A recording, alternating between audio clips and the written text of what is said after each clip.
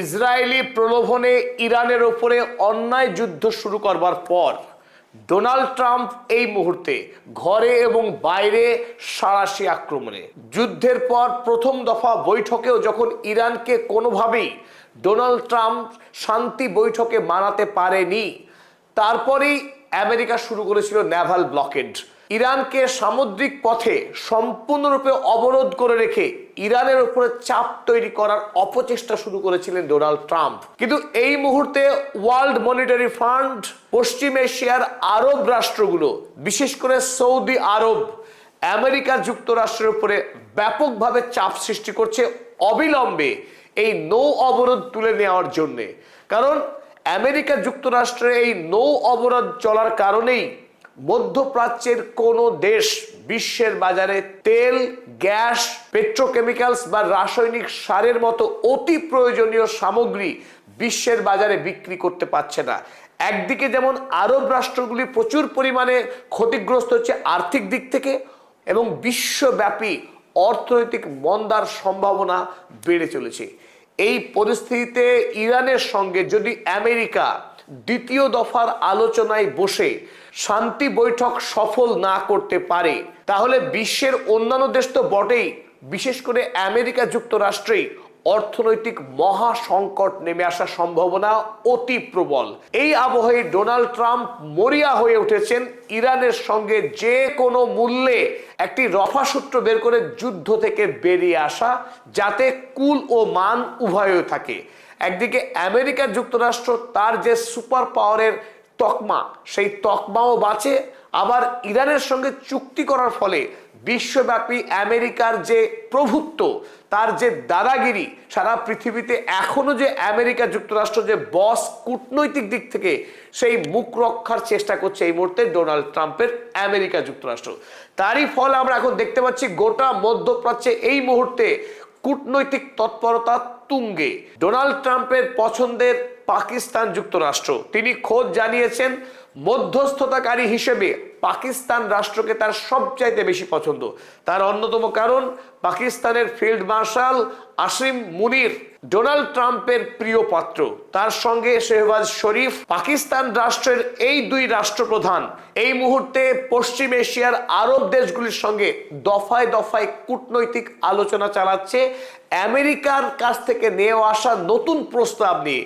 ইরানের সঙ্গে একদিকে আলোচনা চলছে, পাশাপাশি সৌদি আরব, কাতার, তুরস্কের মতো গুরুত্বপূর্ণ রাষ্ট্রগুলির সঙ্গে দফায় দফায় বৈঠক করে পাকিস্তান মধ্যস্থতাকারী রাষ্ট্র হিসেবে ইরান এবং আমেরিকাকে দ্বিতীয় দফার আলোচনার পূর্বেই একটা মোটামুটি রফা সূত্র বের করার চেষ্টা চালিয়ে যাচ্ছেন। 15ই এপ্রিল আসিম মুনির, পাকিস্তানের ফিল্ড মার্শাল, তিনি পৌঁছে গিয়েছেন তেহরানে, আর তাকে স্বাগত জানাতে ইরানের বিদেশ মন্ত্রী ইমাম খোমেনি ইন্টারন্যাশনাল এয়ারপোর্টে স্বয়ং উপস্থিত থেকে স্বাগত জানিয়েছেন আসিম মুনিরকে।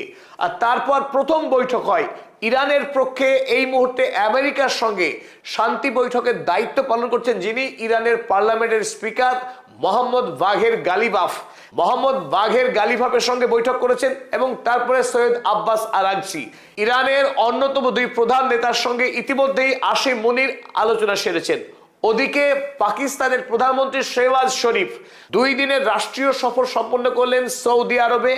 সৌদি আরবের যুবরাজ মোহাম্মদ বিন সালমানের সঙ্গে তিনি একাধিক গুরুত্বপূর্ণ বৈঠক করেছেন, যার মধ্যে অন্যতম ছিল মধ্যপ্রাচ্যে দীর্ঘস্থায়ী শান্তি প্রতিষ্ঠা করা। ইরানের সঙ্গে আমেরিকার শান্তি চুক্তির আগে সৌদি আরবের অবস্থানগত দিক খুঁটিয়ে বুঝে নেওয়ার চেষ্টা করেছেন শেহবাজ শরীফ। সৌদি আরবের কূটনৈতিক অবস্থান তিনি ইরান এবং আমেরিকা যুক্তরাষ্ট্র উভয় পক্ষের সঙ্গে আলোচনা করবার পর এই শান্তি বৈঠককে তিনি আরো এগিয়ে নিয়ে যাওয়ার পক্ষে। আজ সন্ধ্যায় শেহবাজ শরীফ রিয়াদ ত্যাগ করবার পর কাতারে এসে পৌঁছেছেন।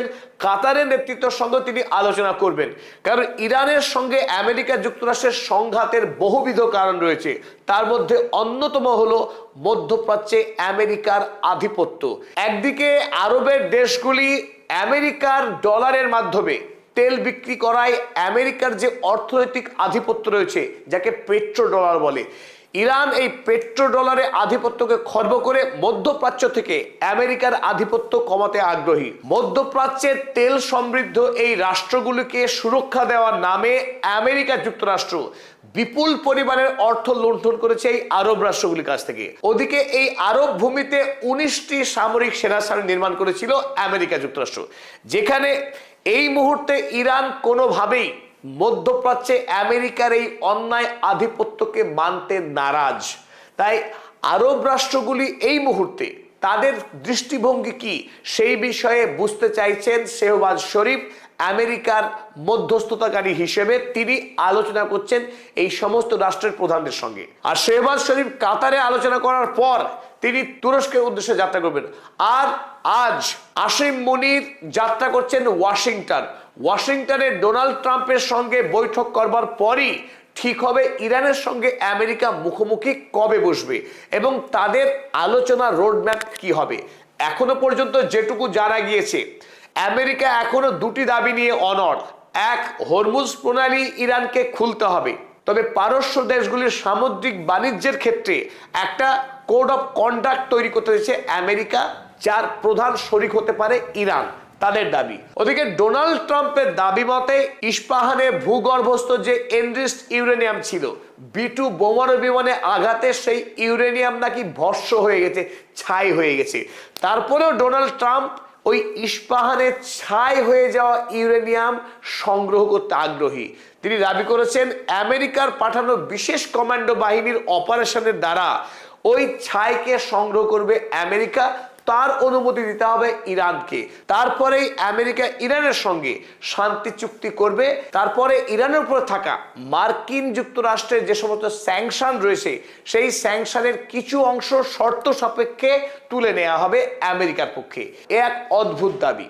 এই খবরগুলি অন্তত এই মুহূর্তে আন্তর্জাতিক সংবাদ মাধ্যমে ঘোরাফেরা করছে। তবে ইরানের পক্ষে আমেরিকার দেওয়া এই প্রস্তাব কোনোভাবেই গ্রহণ করা সম্ভব নয়। আর এই সমস্ত দাবি যদি ইরান মেনে নিত, তাহলে প্রথম দফার আলোচনাতেই ইরান মেনে নিতে পারত। তাই আমাদের যেটা অভিমত, ইরান আমেরিকার চাপানো এই সমস্ত শর্তকে কোনোভাবেই মেনে নেবে না। আর যদি মেনে না নেয় তাহলে কি হবে? সরাসরি আমেরিকার সেক্রেটারি অফ ওয়ার হেগসেথ তিনি জানিয়েছেন আমেরিকার সৈন্যরা প্রস্তুত আছে নতুন করে ইরান আক্রমণ করবার জন্য।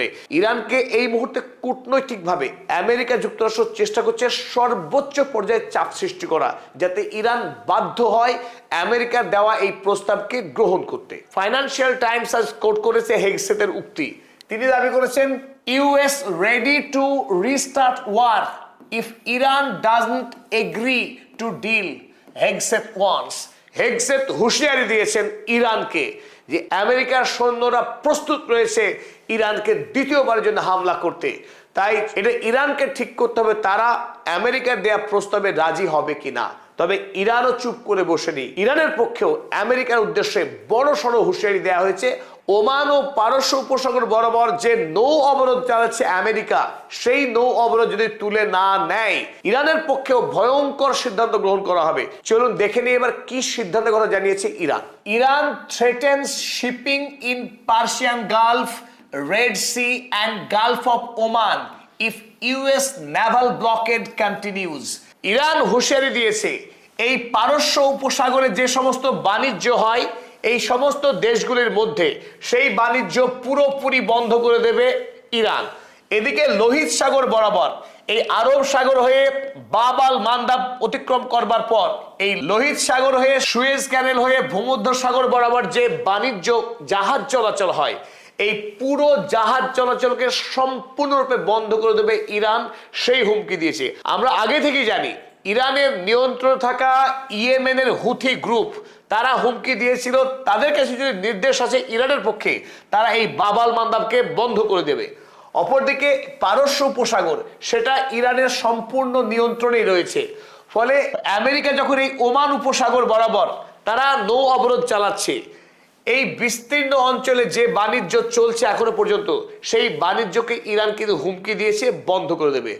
ফলে ইতিমধ্যেই বিশ্বব্যাপী যে জ্বালানি সংকট তৈরি হয়েছে তার উপরে ইরান যদি বাবাল মান্দাব, পারস্য উপসাগর এবং ওমান উপসাগরে বাণিজ্য যদি বন্ধ করে দেয় শেষ পর্যন্ত, তাহলে বিশ্বের অর্থনৈতিক ব্যবস্থা ভেঙে পড়তে সময় লাগবে না। আর এই জন্যই war on Iran could lead to global recession, IMF warns. এই ওয়ার্ল্ড মনিটারি ফান্ডের পক্ষে আমেরিকাকে হুঁশিয়ারি দেওয়া হয়েছে, তারা যদি অনির্দিষ্টকালের জন্য এই নৌ অবরোধ চালিয়ে যায় তাহলে বিশ্বে বড় রকমের অর্থনৈতিক মন্দা শুরু হবে, যে মন্দার হাত থেকে আমেরিকা যুক্তরাষ্ট্র রেহাই পাবে না। কারণ আমেরিকা যুক্তরাষ্ট্রের 60% মানুষ তারা বেঁচে আছে সীমাহীন অর্থনৈতিক সংকটের মধ্যে। তার উপরে ইতিমধ্যে যেভাবে জ্বালানির দাম বেড়ে গেছে, আমেরিকা মানুষের জন্য অশেষ ভোগান্তি অপেক্ষা করছে। তাই আমেরিকাকে অবিলম্বে মূল্যায়ন করতে হবে যে তারা আর কতদিন এই নৌ অবরোধ চালিয়ে যাবে। নৌ অবরোধ চালানোর অর্থ আমেরিকাকে, বিশ্বকে অর্থনৈতিকভাবে অবরুদ্ধ রাখা। এই প্রেক্ষিতেই আমেরিকা যুক্তরাষ্ট্র এবং ইরান উভয় পক্ষই দ্বিতীয় দফার আলোচনায় বসতে সম্মত হয়েছেন। তবে মূল দুই পক্ষের আলোচনার আগেই আলোচনা কিন্তু ইতিমধ্যেই শুরু হয়ে গিয়েছে। ইরান সহ প্রতিবেশী আরব দেশগুলোর সঙ্গে ইতিমধ্যেই আসিম মুনির এবং শেহবাজ শরীফ তিনি এক দফা আলোচনা সেরে নিয়েছেন। সেই অর্থে বলা যায় আলোচনা কিন্তু শুরু হয়ে গেছে। তবে মুখোমুখি আমেরিকা এবং ইরান খুব শীঘ্রই বসছে, 20 তারিখের আগেই সেই বৈঠক হওয়ার সম্ভাবনা জোরদার। পরিশেষে আরো একটা গুরুত্বপূর্ণ খবরে আপনাদের দৃষ্টি আকর্ষণ করছি। আমরা দুদিন আগেই আপনাদেরকে জানিয়েছিলাম আমেরিকার সাধারণ মানুষ কোনোভাবেই চাইছেন না তারা তাদের পয়সায় ইসরায়েল গণহত্যা চালাক। এই আবহে বার্নি স্যান্ডার্স 15 এপ্রিল অর্থাৎ পরশুদিন আমেরিকার সেনেটে একটি বিল এনেছিলেন, যে বিলের মূল কথা ছিল ইসরায়েল আমেরিকার কাছ থেকে এই মুহূর্তে বেশ কিছু বুলডোজার এবং 1000 পাউন্ড গোলা বারুদ কিনতে চেয়ে বিল পাঠিয়েছে। সেই অস্ত্র যাতে আমেরিকা কোনোভাবেই ইসরায়েলকে বিক্রি না করে, এই বিক্রি আটকাতে বিল এনেছিলেন বার্নি স্যান্ডার্স। আর তাতে নজিরবিহীনভাবে এই প্রথম ডেমোক্র্যাট দলের 85% সদস্য তারা ভোট দিয়েছে এই বিলের সপক্ষে। অর্থাৎ আমেরিকা যুক্তরাষ্ট্র কোনোভাবেই যেন ইসরায়েলকে এই অস্ত্র বিক্রি না করে, কারণ ইসরায়েলি সেনারা আমেরিকার কাছ থেকে কিনে নিয়ে যাওয়া এই বুলডোজার দিয়ে প্যালেস্টাইনের ওয়েস্ট ব্যাংকের বাড়িঘর ভাঙার কাজে ব্যবহার করবে। ইতিপূর্বে তারা তাই করেছে, হাজার হাজার বাড়ি গুড়িয়ে দিয়েছে ওয়েস্ট ব্যাংকে ইসরায়েলি IDF সেনা। তাই বার্নি স্যান্ডার্সের ডাকে আমেরিকায় এই প্রথম ডেমোক্র্যাট দলের 85% সেনেটার ভোট দিয়েছে ইসরায়েলের বিরুদ্ধে। যদিও এই বিল সেনেটে প্রত্যাখ্যাত হয়ে গেছে, অর্থাৎ ইসরায়েল অনায়াসেই আমেরিকার কাছ থেকে এখনো এই বুলডোজার বা গোলা বারুদ কিনতে পারবে, তাকে আটকানো যায়নি। কারণ ডেমোক্র্যাটরা এই মুহূর্তে সেনেটের সংখ্যা লঘু, তাদের সংখ্যাগরিষ্ঠতা না থাকার কারণে ডোনাল্ড ট্রাম্পের দল রিপাবলিকান যেহেতু সংখ্যাগরিষ্ঠ দল, তারা এই বিল পাশ করে নেয়। 40-59 ভোটে এই বিল